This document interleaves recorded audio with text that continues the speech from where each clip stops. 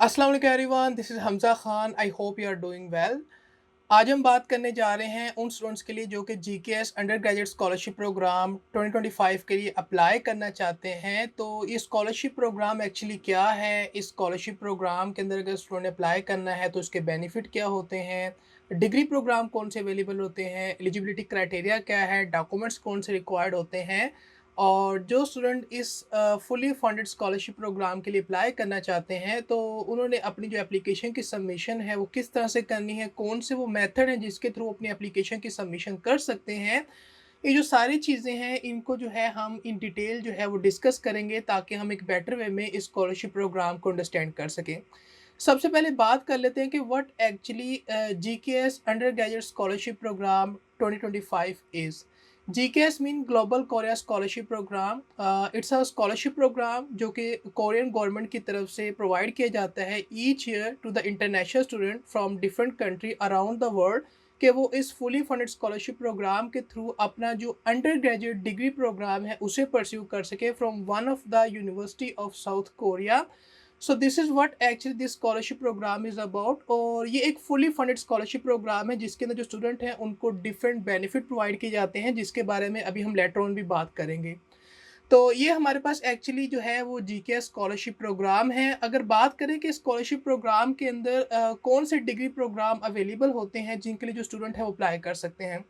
क्योंकि ये जो स्कॉलरशिप प्रोग्राम है ये एक अंडर ग्रेजुएट जो प्रोग्राम के स्टूडेंट हैं उनके लिए है और उनके लिए हम डिस्कस करने जा रहे हैं। जिसकी जो एप्लीकेशंस हैं वो 2024 के अंदर अनाउंस होंगी for the 2025।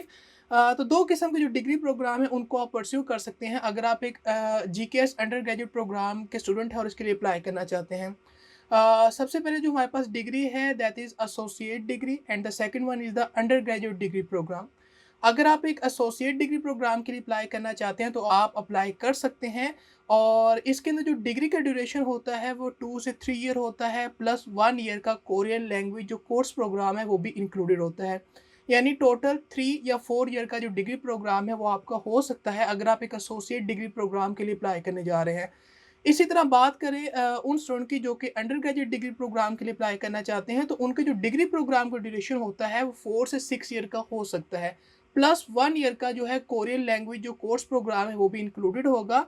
So it's mean कि आपका जो डिग्री प्रोग्राम है वो 5 से 7 ईयर का हो सकता है अगर आप एक बैचलर डिग्री प्रोग्राम के लिए अप्लाई करने जा रहे हैं। और इस स्कॉलरशिप प्रोग्राम के अंदर अगर आपने अप्लाई करना है तो हमारे पास 2 मेथड्स होते हैं जिनको हम ट्रैक्स कहते हैं। One is the embassy track and the second one is the university track. और इन दोनों ट्रैक के अंदर अप्लाई करने का जो प्रोसेस है वो डिफरेंट हो सकता है। इसकी जो गाइडलाइंस है, जो इंस्ट्रक्शंस हैं वो वेरी कर सकती हैं। और इन दोनों जो हमारे पास ट्रैक्स हैं इनके अंदर जो स्टूडेंट्स होते हैं कि कितने नंबर ऑफ जो स्टूडेंट हैं वो इन ट्रैक के अंदर एक्सेप्ट किए जाएंगे वो नंबर भी वेरी कर सकता है। यानी जो नंबर ऑफ स्कॉलरशिप प्रोवाइड की जाएंगी इन दोनों ट्रैक के अंदर वो वेरी कर सकती हैं डिपेंडिंग पोन कि आप किस कंट्री से अप्लाई करने जा रहे हैं और आपके जो कंट्री है यानी आपकी नेशनलिटी क्या है जहाँ से आप इस स्कॉलरशिप के लिए अप्लाई करेंगे। तो इन ट्रैक के बारे में अभी हम लेटर ऑन जो है डिटेल में डिस्कस करेंगे ताकि हम जो है बेटर अंडरस्टैंड कर सकें कि what actually these tracks are. लेकिन अभी के लिए बात करते हैं कि अगर हम इस स्कॉलरशिप प्रोग्राम के अंदर अप्लाई करते हैं तो हमें क्या बेनिफिट जो है प्रोवाइड किए जाएंगे अगर हम इस स्कॉलरशिप प्रोग्राम में सेलेक्ट हो जाते हैं। तो जो स्टूडेंट होते हैं उनको डिफरेंट बेनिफिट प्रोवाइड किए जाते हैं, इंक्लूडिंग के जो स्टूडेंट होते हैं उनको मंथली स्कॉलरशिप का जो अलाउंस है वो प्रोवाइड किया जाता है। स्टूडेंट को जो एयर फेयर है यानी जो उनका ट्रैवल से रिलेटेड जो एयर फेयर का एक्सपेंस है उसकी सपोर्ट ही प्रोवाइड की जाती है। स्टूडेंट को जो है सेटलमेंट अलाउंस प्रोवाइड किया जाता है।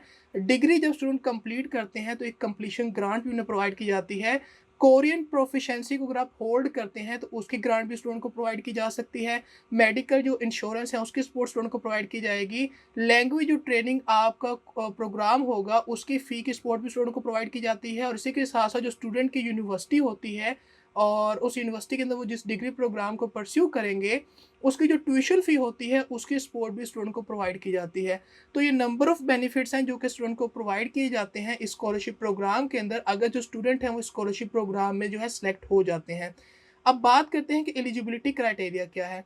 अगर आप इस स्कॉलरशिप प्रोग्राम के अंदर अप्लाई करना चाहते हैं तो आपको मेक श्योर करना पड़ेगा कि आप जो है इन रिक्वायरमेंट्स को मीट करते हों ताकि आप इस स्कॉलरशिप प्रोग्राम के लिए एक एलिजिबल कैंडिडेट हों। सबसे पहले अगर बात की जाए कि आपने अगर इस स्कॉलरशिप प्रोग्राम के लिए अप्लाई करना है तो आपकी जो नेशनैलिटी है यानी आप जो जिस कंट्री से बिलॉन्ग करने चाहिए वो ऐसा कंट्री होना चाहिए जो कि NIIED का डेज़िग्नेटेड कंट्रीज़ की लिस्ट में फ़ॉल करता हो। तो इन केस अगर आप पाकिस्तान से अप्लाई करना चाहते हैं तो आप अप्लाई कर सकते हैं। इन द सेम वे जो student from India, Bangladesh, Nepal in country से जो स्टूडेंट हैं वो भी इस स्कॉलरशिप प्रोग्राम के लिए अप्लाई कर सकते हैं। मेक श्योर आपने करना है कि अगर आप इस स्कॉलरशिप प्रोग्राम के लिए अप्लाई करना चाहते हैं तो आपके पास जो कोरियन नेशनैलिटी है वो नहीं होनी चाहिए। यानी जो एप्लीकेंट के पेरेंट्स हैं उनके पास भी कोरियन नेशनैलिटी नहीं होनी चाहिए अगर वो इस स्कॉलरशिप प्रोग्राम के लिए अप्लाई करना चाहते हैं। इसी तरह अगर बात की जाए कि आपकी जो एजुकेशन है उसकी कौन-सी क्वालिफ़िकेशन आपके पास होनी चाहिए, तो जैसा कि अभी हमने बात की थी कि आप बैचलर डिग्री के लिए अप्लाई कर सकते हैं और एसोसिएट डिग्री के लिए भी अप्लाई कर सकते हैं। इन केस अगर आप बैचलर डिग्री के लिए अप्लाई करना चाहते हैं तो आपने कंप्लीट किया हो या आप एक्सपेक्टेड हो कि आप कंप्लीट करने वाले हैं या ग्रेजुएट होने वाले हैं अपने हाई स्कूल से, यानी पाकिस्तान की अगर हम बात करें तो इसको हम सेकंड ईयर कहते हैं, यानी 12th क्लास आपकी। इसको आपने कंप्लीट कर लिया हो या आप एक्सपेक्टेड हैं कि आप बहुत जो जल्द है उसे कंप्लीट कर लेंगे और अपना जो रिज़ल्ट है उसे ऑब्टेन कर लेंगे, तो आप बैचलर जो डिग्री प्रोग्राम है उसके लिए अप्लाई कर सकते हैं। या अगर आपने एसोसिएट डिग्री जो प्रोग्राम है उसे कंप्लीट कर लिया है या उसे करने वाले हैं तो इन दोनों केसेस के अंदर आप एक बैचलर डिग्री प्रोग्राम के लिए अप्लाई कर सकते हैं। लेकिन वो स्टूडेंट जो कि एसोसिएट डिग्री प्रोग्राम के लिए अप्लाई करना चाहते हैं, ऐसे जो स्टूडेंट हैं वो वही अप्लाई कर सकते हैं कि जिन्होंने अपना जो हाई स्कूल है उसे कंप्लीट किया हो या एक्सपेक्टेड कि वो जो है सून ग्रेजुएट हो जाएंगे अपने हाई स्कूल से, तो इन दैट केस वो एसोसिएट डिग्री प्रोग्राम के लिए अप्लाई कर सकते हैं। तो ये हमारे पास क्राइटेरिया है जिसको आपको मीट करना पड़ेगा। और एक इम्पॉर्टेंट बात वो ये जो एप्लीकेंट हैं जिनके पास बैचलर डिग्री है वो अप्लाई नहीं कर सकते। यानी ऐसा नहीं है कि अगर आपके पास एक बैचलर डिग्री है तो आप दोबारा से एक बैचलर डिग्री प्रोग्राम के लिए अप्लाई कर रहे हैं, तो इन दैट केस आपकी जो एप्लीकेशन है उसे कंसीडर नहीं किया जाएगा। और जो हमारे पास क्वालिफ़िकेशन की रिक्वायरमेंट है, यानी अगर आपके पास एक एसोसिएट डिग्री है या अगर आपने हाई स्कूल से जो है ग्रेजुएट किया है, तो इन दोनों केसेस के अंदर आप जो है बैचलर डिग्री प्रोग्राम के लिए अप्लाई कर सकते हैं। बट इन केस अगर आपने जो है हाई स्कूल से जो है ग्रेजुएट किया है, एसोसिएट डिग्री आपके पास नहीं है, तो देन आप एसोसिएट डिग्री के लिए अप्लाई कर सकते हैं। तो ये जो चॉइस है ये आप पर डिपेंड करती है कि अगर आप एक बैचलर डिग्री प्रोग्राम के लिए अप्लाई करने जा रहे हैं या एसोसिएट डिग्री प्रोग्राम के लिए अप्लाई करने जा रहे हैं, डिपेंडिंग ऑन कि आपकी कौन-सी क्वालिफ़िकेशन है, उसके मुताबिक आप अपनी एप्लीकेशन की सबमिशन करेंगे। अब यहाँ पर एक इम्पॉर्टेंट चीज़ वो ये कि हमारे मार्क्स कितने होने चाहिए। बहुत सारे स्टूडेंट होते हैं जो कि ईच ईयर सिर्फ यही क्वेश्चन रिपीटेडली पूछ रहे होते हैं कि हमारे इतने परसेंट मार्क्स हैं कि हम एलिजिबल हैं या नहीं हैं। तो यहाँ पर मैं क्लियर आपको एक बात बताना चाहता हूँ कि 2 क्राइटेरिया हैं कि इनमें से अगर आप किसी एक क्राइटेरिया को मीट करते हैं तो आप एक एलिजिबल स्टूडेंट हैं कि आप इस स्कॉलरशिप के लिए अप्लाई कर सकते हैं और आप ग्रेड्स की जो रिक्वायरमेंट है उसको मीट कर रहे हैं। सबसे पहले जो रिक्वायरमेंट है अगर आप इसे मीट करते हैं तो आप एलिजिबल हैं। उसमें ये है कि अगर आप 100 में से 80 स्कोर परसेंटाइल को, यानी जो 80% स्कोर परसेंटाइल अगर आप उसे होल्ड करते हैं तो आप एलिजिबल हैं कि आप इस स्कॉलरशिप प्रोग्राम के लिए अप्लाई कर सकते हैं। या अगर आप रैंक करते हैं टॉप 20% अपनी विदिन वन क्लास, तो इन दैट केस आप इस स्कॉलरशिप प्रोग्राम के लिए अप्लाई कर सकते हैं। तो ये पहली रिक्वायरमेंट है, अगर आप इस रिक्वायरमेंट को मीट करते हैं, इसमें फॉल करते हैं तो आप एलिजिबल हैं। इन केस अगर आप इस रिक्वायरमेंट को मीट नहीं कर रहे, तो जो सेकंड रिक्वायरमेंट है वो ये कि जो आपका सीजीपीए है वो इक्वल होना चाहिए या अबव होना चाहिए 2.64 से आउट ऑफ 4.0। पाकिस्तान के अंदर जो सीजीपीए का स्केल होता है वो 4.0 का होता है। तो इन दैट केस आपके पास 2.64 या इससे अबव जो है अगर सीजीपीए आप होल्ड करते हैं तो आप एलिजिबल हैं और आप अप्लाई कर सकते हैं। लेकिन इन केस अगर आपका सीजीपीए का स्केल जो है वो कुछ और है, इन दैट केस कि अगर आप 4.3 स्केल को होल्ड करते हैं तो आपके पास 2.80 जो सीजीपीए है वो आपके पास होना चाहिए। और अगर 4.5 की बात करें तो 2.91 होना चाहिए और अगर 5.0 की बात करें तो 3.23 होना चाहिए ताकि आप इस स्कॉलरशिप के लिए अप्लाई कर सकें। लेकिन अगर हम बात करें उन स्टूडेंट की जो पाकिस्तान से अप्लाई कर रहे हैं, तो यूजुअली जो पाकिस्तान से स्टूडेंट होते हैं वो हाई स्कूल के बाद जो है एक बैचलर डिग्री प्रोग्राम के लिए अप्लाई कर रहे होते हैं। तो इन दैट केस क्योंकि हमारा जो सेकंड ईयर और फर्स्ट ईयर का यानी जो कंबाइंड रिजल्ट होता है हमें एक स्कोर परसेंटाइल की फॉर्म में मिलता है। तो इट्स मीन कि आपको 80 परसेंटाइल को होल्ड करना पड़ेगा 100% में से, अगर आप एक सेकंड ईयर के स्टूडेंट हैं और सेकंड ईयर को पास करके आ रहे हैं और स्कॉलरशिप के लिए अप्लाई करने जा रहे हैं। लेकिन अगर आपके पास एसोसिएट डिग्री है तो देन आप जो सीजीपीए के स्केल है उसके मुताबिक जो क्राइटेरिया है उसको मीट करेंगे ताकि आप स्कॉलरशिप प्रोग्राम के लिए अप्लाई कर सकें। अगर एज के क्राइटेरिया की बात की जाए, जो स्टूडेंट हैं उनकी जो एज है वो मस्ट बी अंडर 25 ईयर्स होनी चाहिए ताकि वो स्कॉलरशिप प्रोग्राम के लिए अप्लाई कर सकें। और जो स्टूडेंट हैं वो इन गुड हेल्थ होने चाहिए ताकि वो इस स्कॉलरशिप प्रोग्राम के थ्रू अपना जो डिग्री प्रोग्राम है उसकी कंप्लीशन कर सकें। तो ये हमारे पास कुछ एलिजिबिलिटी रिक्वायरमेंट्स हैं और इन सारे एलिजिबिलिटी रिक्वायरमेंट्स को आपको मीट करना पड़ेगा ताकि आप इस फुली फंडेड जो स्कॉलरशिप प्रोग्राम की अपॉर्चुनिटी है उसको अवेल कर सकें। अब एक इम्पॉर्टेंट चीज़ वो ये कि बहुत सारे स्टूडेंट ये पूछते हैं कि क्या हम जो है एक मेडिकल की फ़ील्ड को चूज़ कर सकते हैं? क्या हम इकोनॉमिक्स की फ़ील्ड को चूज़ कर सकते हैं? क्या हम बिज़नेस को स्टडी कर सकते हैं? डिफरेंट हमारे पास जो है वो फ़ील्ड्स होती हैं जिसके बारे में जो स्टूडेंट्स हैं वो पूछ रहे होते हैं। तो यहाँ पर मैं एक क्लियर बात आपको बताना चाहता हूँ, वो ये कि जो भी फ़ील्ड्स अवेलेबल हैं उन जीकेएस स्कॉलरशिप प्रोग्राम यूनिवर्सिटीज़ की तरफ से जो कि पार्टिसिपेट कर रही हैं इस स्कॉलरशिप प्रोग्राम के अंदर, वो उन सारी फ़ील्ड्स को जो है आप जो है चूज़ कर सकते हैं। यानी उनमें से जिस फ़ील्ड के अंदर आप अप्लाई करना चाहें आप अप्लाई कर सकते हैं। यानी आपको अब इस बात को इंश्योर करना है कि जीकेएस के अंदर जो पार्टिसिपेटिंग यूनिवर्सिटीज़ हैं वो कौन से मेजर को या कौन से प्रोग्राम को ऑफ़र कर रही हैं, उसके मुताबिक जो भी फ़ील्ड ऑफ स्टडी अवेलेबल है, डिपेंडिंग अपॉन कि वो एक मेडिकल की फ़ील्ड है या डिपेंडिंग अपॉन वो एक इंजीनियरिंग की फ़ील्ड है, जिस भी आप फ़ील्ड ऑफ स्टडी को परस्यू करना चाहते हैं, अगर वो ऑफ़र्ड की जा रही है तो आप उसे चूज़ कर सकते हैं। तो ये एक बहुत इंपॉर्टेंट क्वेश्चन होता है स्टूडेंट का कि क्या हम इस फ़ील्ड को चूज़ कर सकते हैं या नहीं। तो सिंपली आपने क्या करना है कि जो एप्लीकेशन फ़ॉर्म के टाइम पर आपको एक यूनिवर्सिटी की इन्फॉर्मेशन जो फ़ाइल है वो प्रोवाइड की जाती है, उस यूनिवर्सिटी इन्फॉर्मेशन फ़ाइल के अंदर क्लियरली मेंशन होता है कि कौन सी यूनिवर्सिटीज़ पार्टिसिपेट कर रही हैं और यूनिवर्सिटीज़ की तरफ से कौन से प्रोग्राम ऑफर्ड किए जा रहे हैं। तो उसके मुताबिक जो है आप अपना जो फ़ील्ड ऑफ स्टडी और जो आपका प्रोग्राम है आप उसे चूज़ कर सकते हैं। अब आते हैं इस बात की तरफ कि अगर हमने अप्लाई करना है स्कॉलरशिप प्रोग्राम के लिए तो हमारे पास डॉक्यूमेंट्स कौन से होने चाहिए। ये एक इम्पॉर्टेंट पार्ट है स्कॉलरशिप प्रोग्राम का। द रीज़न इज़ कि अगर आपके पास रिक्वायर्ड डॉक्यूमेंट्स नहीं होंगे तो आपकी जो एप्लीकेशन है उसे कंप्लीट कंसीडर नहीं किया जाएगा। तो इट्स मीन कि आपने अपनी जो एप्लीकेशन उसे कंप्लीट सबमिट अगर करना है तो आपके पास वो सारे लिस्ट ऑफ डॉक्यूमेंट्स होने चाहिए जो कि स्कॉलरशिप प्रोग्राम की एप्लीकेशन की डॉक्यूमेंट की रिक्वायरमेंट है उसको मीट करते हों। सबसे जो पहला आपके पास डॉक्यूमेंट है ऑब्वियस सी बात है वो आपका एप्लीकेशन फॉर्म होगा जिसको आप सबमिट करेंगे। स्टूडेंट ने अपना जो स्टडी प्लान है उसको सबमिट करना होता है। एक जो है लेटर ऑफ रिकमेंडेशन आपसे रिक्वायर्ड होता है, पर्सनल स्टेटमेंट को आपने सबमिट करना होता है। स्टूडेंट का जो पर्सनल मेडिकल असेसमेंट फॉर्म होता है उसको स्टूडेंट ने सबमिट करना होता है और जीकेएस का जो एप्लीकेंट एग्रीमेंट फॉर्म होता है उसको भी स्टूडेंट ने सबमिट करना होता है। तो ये तो हमारे पास वो डॉक्यूमेंट्स हैं जिनको जो कि आपसे रिक्वायर्ड हैं और जिनको आपने सबमिट करना है। लेकिन इसके साथ-साथ कुछ ऐसे सर्टिफ़िकेट्स हैं जो कि आपसे रिक्वायर्ड होते हैं, उनको आप सबमिट करते हैं। जो सबसे पहला हमारे पास सर्टिफ़िकेट है वो आपका प्रूफ ऑफ सिटीज़नशिप का सर्टिफ़िकेट होगा, एप्लीकेंट का और उनके पेरेंट्स का। इस जो डॉक्यूमेंट है उसको सबमिट करना है आपने और इसी तरह जो प्रूफ ऑफ फैमिली रिलेशनशिप का डॉक्यूमेंट है उसको आपने सबमिट करना है। हाई स्कूल का जो आपका ग्रेजुएशन सर्टिफ़िकेट है उसको आपने सबमिट करना है और जो आपकी एकेडमिक ट्रांसक्रिप्ट है उसको आपने सबमिट करना है। इन केस अगर आपके पास एसोसिएट डिग्री है प्रोग्राम है उसको आप परस्यू करके आ रहे हैं तो इन दैट केस आपके पास जो एसोसिएट डिग्री का डिप्लोमा होगा उसको आप सबमिट करेंगे, यानी आपकी जो डिग्री है उसको सबमिट आपने करना है। और इसी के साथ-साथ जो आपकी एकेडमिक ट्रांसक्रिप्ट होगी जिसके ऊपर आपकी जो सारी डिटेल होती है आपके सब्जेक्ट्स की और आपके सीजीपीए वगैरह की, तो उस जो एकेडमिक ट्रांसक्रिप्ट है उसको भी आपने सबमिट करना है।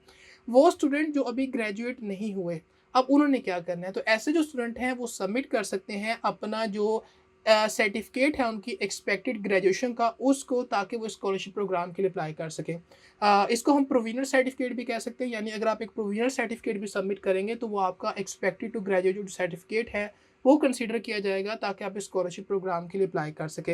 एंड अपार्ट फ्रॉम दैट आपके पास कुछ और डॉक्यूमेंट्स भी रिक्वायर्ड होते हैं डिपेंडिंग अपॉन कि अगर वो रेलेवेंट टू एप्लीकेंट है तो आप उसे सबमिट करेंगे, लेकिन यूजुअली ये डॉक्यूमेंट्स हैं जो कि आपके पास होने चाहिए जिनको आप सबमिट करेंगे। और इन डॉक्यूमेंट्स के अंदर कुछ ऐसे डॉक्यूमेंट्स भी होते हैं जो कि अगर आपके पास इन केस नहीं है तो उसके जो अल्टरनेटिव डॉक्यूमेंट है आप उनको भी सबमिट कर सकते हैं। तो अपकमिंग जो हमारा कंटेंट होगा उसके अंदर हम डिटेल में बात करेंगे। अगर हमारे पास जो है इनमें से अगर कोई डॉक्यूमेंट नहीं है तो उसका अल्टरनेटिव डॉक्यूमेंट अगर है तो कौन सा है और उसकी सबमिशन किस तरह से करनी है, ये हम जो है अपकमिंग अपना जो कंटेंट होगा उसके अंदर डिस्कस करेंगे और इन डिटेल इसको अंडरस्टैंड करने की कोशिश करेंगे। लेकिन यहाँ पर कुछ जो है ऑप्शनल डॉक्यूमेंट्स हैं, जो कि अगर आपके पास है तो आप उन्हें सबमिट कर सकते हैं। यानी अगर आपके पास जो टॉपिक का वैलिड आपके पास स्कोर है तो आप उसे सबमिट कर सकते हैं, या आपके पास इंग्लिश लैंग्वेज प्रोफिशिएंसी का टेस्ट स्कोर है तो आप उसे सबमिट कर सकते हैं। ये मैंडेटरी नहीं है, ऑप्शनल है। अगर आपके पास है तो आप इन्हें सबमिट कर सकते हैं। इसी तरह अगर आपके पास कुछ सर्टिफिकेट्स हैं, कुछ अवार्ड्स हैं, उनकी जो कॉपी है आप उसको भी सबमिट कर सकते हैं। अगेन ये जो डॉक्यूमेंट है ये भी ऑप्शनल है। और अब इम्पोर्टेंट चीज़ वो ये कि कुछ एप्लीकेंट पूछते हैं क्या हमने अपना जो पासपोर्ट है उसको भी सबमिट करना है। तो एप्लीकेंट की जो पासपोर्ट की कॉपी है वो रिक्वायर्ड होगी अगर वो रेलिवेंट टू एप्लीकेंट है। यानी इन केस अगर आपके पास यही डॉक्यूमेंट है जिसके थ्रू आपने अपने बाकी जो डॉक्यूमेंट है उसके क्राइटेरिया को मीट करना है, या ये अल्टरनेटिव डॉक्यूमेंट है आपके किसी और डॉक्यूमेंट का, तो इन दैट केस ये रेलिवेंट टू एप्लीकेंट होगा तो देन आप इसको सबमिट कर सकते हैं। तो ये हमारे पास वो लिस्ट ऑफ डॉक्यूमेंट्स हैं जो कि आपके पास होने चाहिए अगर आप इस फुली फंडेड स्कॉलरशिप प्रोग्राम की अपॉर्चुनिटी को अवेल करना चाहते हैं। अब इंपॉर्टेंट चीज़ की तरफ आते हैं कि अगर हमने इस स्कॉलरशिप प्रोग्राम के लिए अप्लाई करना है तो इसका एप्लीकेशन प्रोसेस क्या है, हम किस तरह इसके लिए अप्लाई कर सकते हैं। स्टार्ट में हमने एक बात की थी कि अगर आपने स्कॉलरशिप प्रोग्राम के लिए अप्लाई करना है तो इसके अंदर अप्लाई करने के दो ट्रैक्स हैं जिनको हम दो मेथड कह सकते हैं। One is the embassy track and the second one is the university track. अगर एम्बेसी ट्रैक की बात की जाए तो एम्बेसी ट्रैक में क्या होता है कि हमारे पास 3 राउंड्स होते हैं स्टूडेंट की सिलेक्शन के। और एम्बेसी ट्रैक में कुछ आपने अप्लाई इस तरह से करना होता है कि आपने अपना जो कंप्लीट एप्लीकेशन है उसे कंप्लीट करने के बाद उसे सबमिट करना होता है अपने कंट्री के अंदर जो आपकी कोरियन एम्बेसी लोकेटेड है जिस भी सिटी के अंदर, उनको जो है आपने बाय पोस्ट या जो भी आपकी सबमिशन का मैकेनिज़्म है उसके थ्रू आप सबमिट करते हैं ताकि आप अपनी एप्लीकेशन की सबमिशन कर सकें। अब जो फर्स्ट राउंड ऑफ सिलेक्शन होता है वो एम्बेसी जो है कैरी आउट करती है, जो आप अपनी एप्लीकेशन को सबमिट कर देते हैं और देन जो स्टूडेंट्स होते हैं उनको शॉर्टलिस्ट किया जाता है, उनको रिकमेंड किया जाता है NIIED को। जो NIIED है उनको जो एप्लीकेशन डॉक्यूमेंट्स होते हैं रिकमेंडेड कैंडिडेट्स के वो जो है फॉरवर्ड किए जाते हैं और जो सेकंड राउंड ऑफ सिलेक्शन है वो NIIED जो है परफॉर्म करती है। After second round of selection and after further short listing the student, जो NIIED है हमारे पास उन स्टूडेंट को फर्दर यूनिवर्सिटीज़ को रेकमेंड करती है। अब यूनिवर्सिटीज़ क्या करती हैं कि जो थर्ड राउंड ऑफ सिलेक्शन होती हैं उसको कैरी आउट करती हैं और ये थर्ड आपका राउंड है जहाँ पर स्टूडेंट को फर्दर शॉर्टलिस्ट किया जाता है और यूनिवर्सिटी की तरफ से शॉर्टलिस्ट किया जाता है। क्योंकि अब NIIED ने उन स्टूडेंट को जिनको उन्होंने शॉर्टलिस्ट किया था उन्होंने उन यूनिवर्सिटीज़ को रेकमेंड किया है जिसमें स्टूडेंट जो है अप्लाई करना चाहते थे, उनको उन्होंने चूज़ किया है। और लास्ट में क्या होता है कि जो फाइनल अनाउंसमेंट होती है फाइनली जो सिलेक्टेड स्टूडेंट होते हैं उनकी, उसको NIIED जो है वो अनाउंस करती है कि ये जो स्टूडेंट हैं ये सिलेक्ट हो चुके हैं एम्बेसी ट्रैक के through. So this is how कि आपने एम्बेसी ट्रैक के थ्रू अप्लाई किस तरह से करना है और किस तरह जो स्टूडेंट की सिलेक्शन उसे कैरी आउट किया जाता है।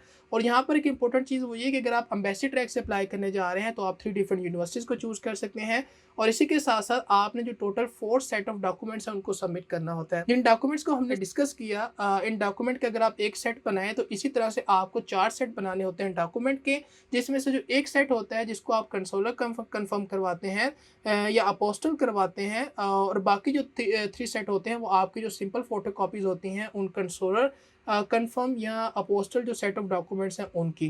तो इस तरह से आपकी जो है एप्लीकेशन की सबमिशन होती है। लेकिन यूनिवर्सिटी ट्रैक की अगर बात की है तो यूनिवर्सिटी ट्रैक के अंदर आप सिर्फ एक यूनिवर्सिटी को चूज़ कर सकते हैं और एक सेट ऑफ जो डॉक्यूमेंट होते हैं उनको आपने सबमिट करना होता है। फर्स्ट राउंड ऑफ जो सिलेक्शन होती है वो यूनिवर्सिटी की तरफ से कैरी आउट की जाती है और यूनिवर्सिटी जो स्टूडेंट को रिकमेंड करती है NIIED को। NIIED जो है वो सेकंड राउंड ऑफ सिलेक्शन को कैरी आउट करती है and after the second round of selection जो स्टूडेंट सेलेक्ट हो जाते हैं NIIED की तरफ से जो देन उन जो स्टूडेंट हैं उनका जो फाइनल अनाउंसमेंट होती है रिजल्ट की उसको अनाउंस किया जाता है NIIED की तरफ से। सो दिस इज़ हाउ कि आपके 2 राउंड ऑफ सिलेक्शन इन्वॉल्व होते हैं अगर आप यूनिवर्सिटी ट्रैक के थ्रू अप्लाई करने जा रहे हैं। तो आई होप सो कि ये जो अप्लाई करने का प्रोसेस है ये आपके लिए क्लियर है कि अगर आप एम्बेसी ट्रैक से अप्लाई करना चाहते हैं तो किस तरह से अप्लाई करना है और अगर आपने यूनिवर्सिटी ट्रैक से अप्लाई करना है तो किस तरह से करना है। ऑब्वियसली सी बात है आप यूनिवर्सिटी ट्रैक के अंदर अगर अप्लाई करेंगे तो एक यूनिवर्सिटी होगी तो उस यूनिवर्सिटी को आपने अपनी एप्लीकेशन की सबमिशन करनी होती है डिपेंडिंग अपॉन कि उस यूनिवर्सिटी की तरफ से क्या रिक्वायरमेंट सेट की गई हैं एप्लीकेशन सबमिशन की, आपको उन्हें फॉलो करना पड़ेगा। तो इस तरह से जो है आपकी एप्लीकेशन की सबमिशन होती है अगर आप अप्लाई करना चाहते हैं यूनिवर्सिटी ट्रैक के थ्रू।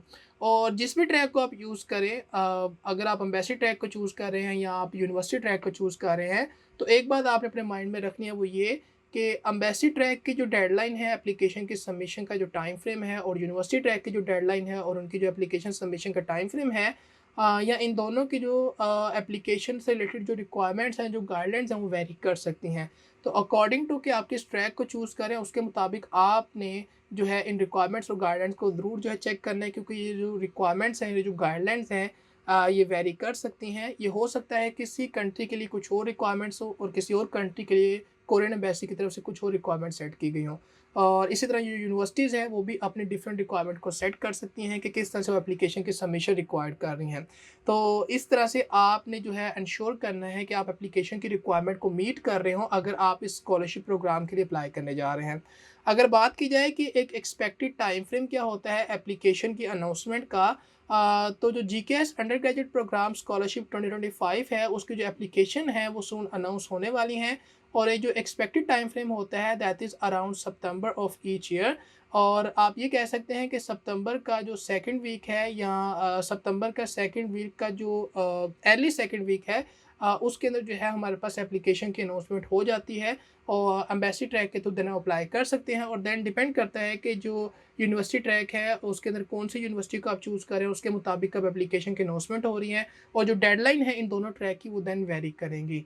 तो ये एक एक्सपेक्टेड टाइमलाइन है कि जिसके अंदर आप इस स्कॉलरशिप प्रोग्राम के लिए अप्लाई कर सकते हैं अगर आप इस स्कॉलरशिप प्रोग्राम के अंदर इंटरेस्टेड हैं और इस फुली फंडेड स्कॉलरशिप प्रोग्राम की अपॉर्चुनिटी को अवेल करना चाहते हैं। तो ये थी आज की इन्फॉर्मेशन रिगार्डिंग उन स्टूडेंट के लिए जो कि GKS undergraduate programme scholarship 2025 के लिए प्लान कर रहे हैं कि वो अप्लाई करेंगे। तो हमने डिटेल में डिस्कस किया स्कॉलरशिप प्रोग्राम एक्चुअली क्या है, इसके बेनिफिट क्या है, एलिजिबिलिटी क्राइटेरिया क्या है, डॉक्यूमेंट कौन से रिक्वायर्ड होते हैं, अप्लाई किस तरह से करना है, एप्लीकेशन का टाइम फ्रेम क्या है। तो ये सारी चीज़ें आई होप सो कि आपके लिए जो है हेल्पफुल होंगी और आप इन्हें अंडरस्टैंड कर पाए।